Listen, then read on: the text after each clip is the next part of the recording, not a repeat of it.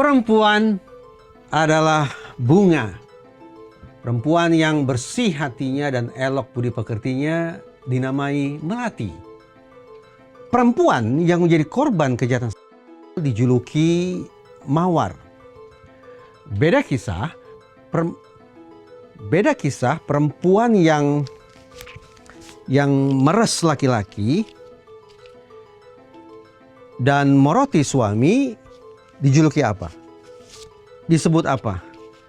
Cuma satu bunga kalian.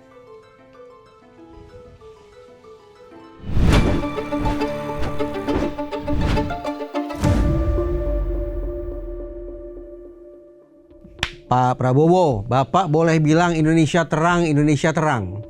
Menteri-menteri Bapak juga silakan saja menghidangkan data untuk menunjukkan bahwa program pembangunan sudah on the track. Bahkan kalau Bapak punya buzzer Bapak ingin mendengungkan klaim bahwa Indonesia baik-baik saja, juga monggo. Tapi terus terang saya tidak paham dengan itu semua. Yang masuk dalam pemikiran saya untuk kemudian masuk menyentuh hati saya itu adalah penginderaan istri saya. Istri saya belakangan ini punya panca indera yang semakin lama semakin tajam. Dia semakin sensitif terhadap bunyi pip pip pip pip. Langsung berkomentar, itu listrik kita ya? Atau listrik tetangga? Juga pengecapannya semakin lama semakin tajam ini. Mengomentari nasi. Ini kok sebagian nasi pulen, sebagian nasi perak ya? Ini potret rumah tangga kami Pak Presiden. Rumah tangga ya yang ala kadarnya lah, yang hidup sederhana. Yang justru menjadi antitesis senyata-nyatanya terhadap sekali lagi segala klaim Bapak bahwa Bapak sudah memimpin republik ini dengan benar. Bahwa Indonesia adalah negara yang berjaya. Izinkan saya untuk tidak teryakinkan oleh itu semua. Saya lebih mendengar keluh kesah bahkan kegusaran istri saya. Ini bicara tentang istri nih Pak. Memang dibutuhkan kepekaan ekstra.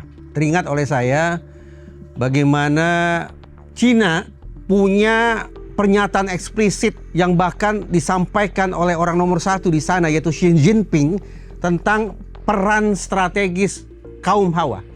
Spesifik peran vital kaum istri. Salah satu kalimatnya sederhana tapi bisa mengguncang isi kepala manusia. Ketika Xi Jinping mengatakan, jangan lupa ya, jaga istri, jaga anak-anak dan jaga staf Anda. Urutannya saya ulangi nih Pak, jaga istri, lalu jaga anak-anak, dan yang terakhir baru jaga, atur kelakuan, bina sebaik-baiknya staf Anda. Bagi seorang Xi Jinping saya bayangkan urutan-urutan ini punya makna. Karena boleh jadi di Cina sana sudah ada anggapan tentang betapa perempuan dalam kurung kaum hawa alias istri ini bisa menentukan rubuh tegaknya, lurus bengkoknya sang suami.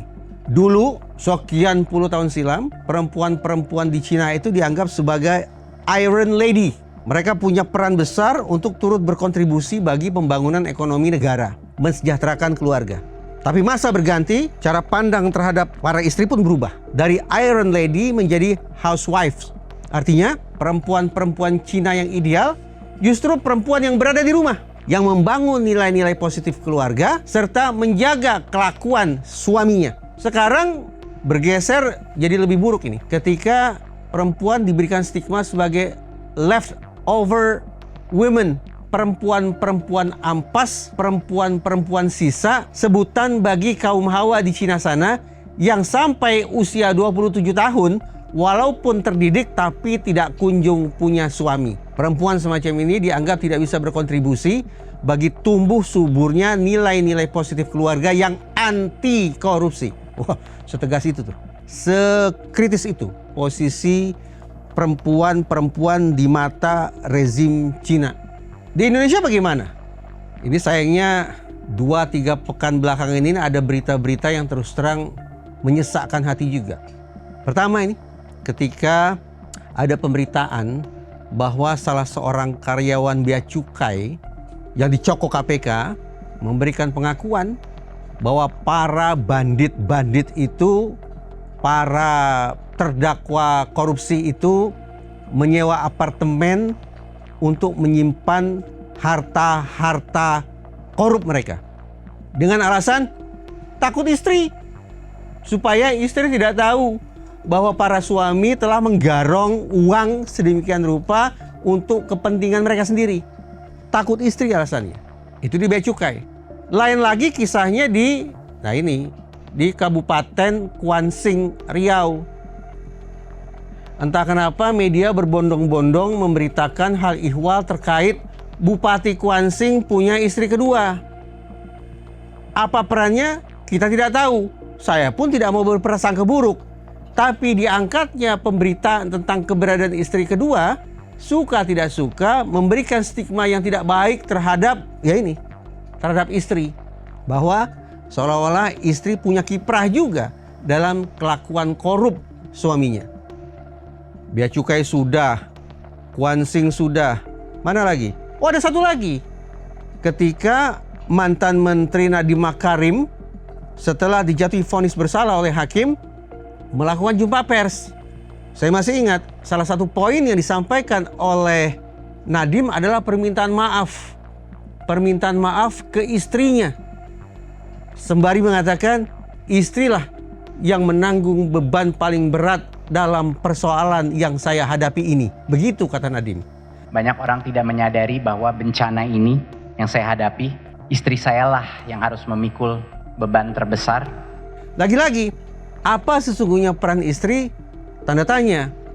Kalau saya berprasangka baik, saya ingin mengatakan istri Nadiem Makarim pun tidak tahu menahu apa yang sesungguhnya telah terjadi dan dialami, serta menempatkan sang suami di kursi terdakwa, sang istri tidak ada urusannya dengan itu. Tapi lagi-lagi harus saya katakan, ketika kemudian media mengangkat tajuk istri para terdakwa korupsi, istri tersangka korupsi dan sejenisnya, memang aromanya jadi tidak enak. Aromanya jadi tidak enak. Menempatkan istri sebagai pihak yang dianggap semestinya turut harus bertanggung jawab terhadap perbuatan suami mereka. Dasar berpikir semacam ini juga yang menurut saya diadopsi oleh otoritas penegakan hukum di Cina sana.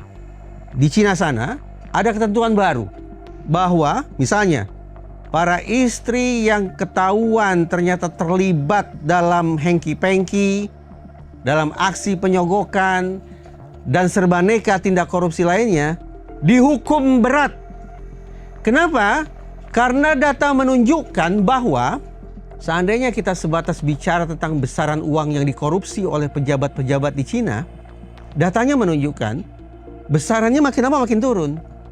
Dengan kata lain, uang yang dikorup oleh para petinggi di Cina sana jumlahnya makin lama makin sedikit. Jumlahnya makin sedikit. Tetapi sengaja diadakan hukuman yang berat bagi para istri karena diyakini tindak korupsi para pejabat-pejabat tinggi di Cina itu berurat akar dari kelakuan istri mereka sendiri. Bayangkan coba. Jadi istri-istri di Cina boleh pilih. Mau jadi Xianeizu atau Lianeizu, atau mau jadi Taneizu. Artinya mau jadi istri yang baik-baik saja, atau mau jadi istri yang terhadap suaminya. Mau jadi good wives atau mau jadi greedy wives. Kalau kedapatan ada istri yang ternyata ikut cawe-cawe dalam kelakuan korup suaminya, tadi sudah saya katakan, siap-siaplah untuk menanggung beban pidana yang juga berat. Karena itu saya pikir kita perlu pilah juga ini, supaya proporsional, supaya adil. Tidak langsung pukul rata menganggap bahwa perempuan adalah biang kerok laki-laki melakukan korupsi. Tidak semata-mata itu. Catatan, sekian banyak lembaga justru menempatkan perempuan sebagai pihak yang punya peran vital untuk mencegah tindak pidana korupsi. Tapi sayangnya itu bukan satu-satunya realitas tentang peran perempuan, peran istri di rumah dalam pemberantasan korupsi. Catatan yang tidak kalah banyaknya adalah peran perempuan sebagai pengkondisi.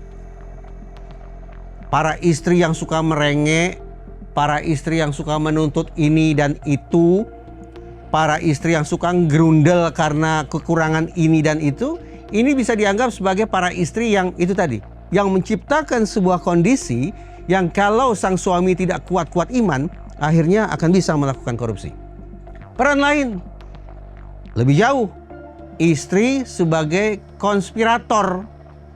Istri sebagai pihak yang nyata-nyata bersekongkol dengan sang suami untuk menggangsir uang negara, untuk merampok uang-uang yang semestinya bisa dipakai untuk mensejahterakan warga negara. Perannya aktif.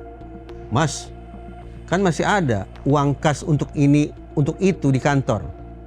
Kenapa tidak dipakai dulu? Pinjam dulu untuk KPR, untuk beli A, beli B, dan beli C, seterusnya. Itu perannya seaktif itu. Ada juga yang tidak terlalu aktif, tetapi penikmat ini. Sang suami menggarong uang negara, dipakai untuk membeli serbaneka barang mewah, lalu barang mewahnya dititipkan ke istri. Atau perannya tidak begitu aktif, tapi tetap sebagai konspirator. Misalnya, sang suami sudah menggarong nih uang dari kantornya.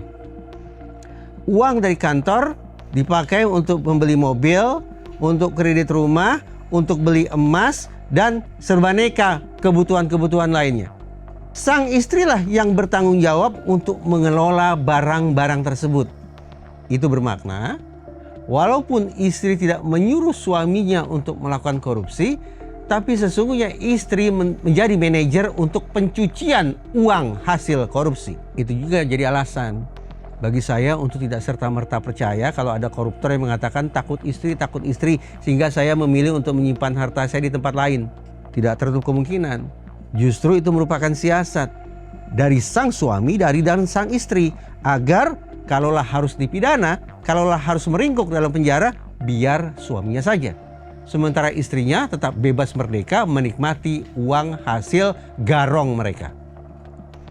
Ada lagi, istri sama sekali tidak menyuruh dan juga tidak ikut dalam pencucian uang, tapi tutup mata bahwa ada serbaneka kemewahan dan kenikmatan yang mereka rasakan sehari-hari yang sesungguhnya patut untuk dipertanyakan dari mana asal muasalnya. Istri-istri ini tangannya relatif bersih, tapi itu tadi, bersih kenapa? Karena mereka tidak pernah mempertanyakan ke sang suami, Mas ini belinya di mana? Mas, itu dapatnya dari mana? Tidak pernah dipertanyakan. Nah, itulah beberapa contoh tentang sayang beribu sayang, peran para istri dalam situasi pidana, spesifik dalam korupsi. Karena itu barangkali kita harus lebih serius ini, memanfaatkan momen seperti Hari Perempuan, Hari Ibu, Hari Keluarga Nasional, Hari Kartini, untuk tidak bicara tentang pesan-pesan yang klise yang itu-itu saja. Tapi mendorong para perempuan Indonesia, wabil khusus para ibu, untuk betul-betul menjaga kelakuan suami dan mewariskan nilai-nilai kebaikan ke anak-anak mereka. Tinggal lagi, coba jujur. Para istri di rumah, coba jawab terus terang. Berapa banyak di antara Anda yang ketika suami akan mencari nafkah keluar dari rumah berpesan satu hal, Mas, jangan korup ya, jangan maling ya, jangan rampok ya. Perkiraan saya kecil jumlahnya.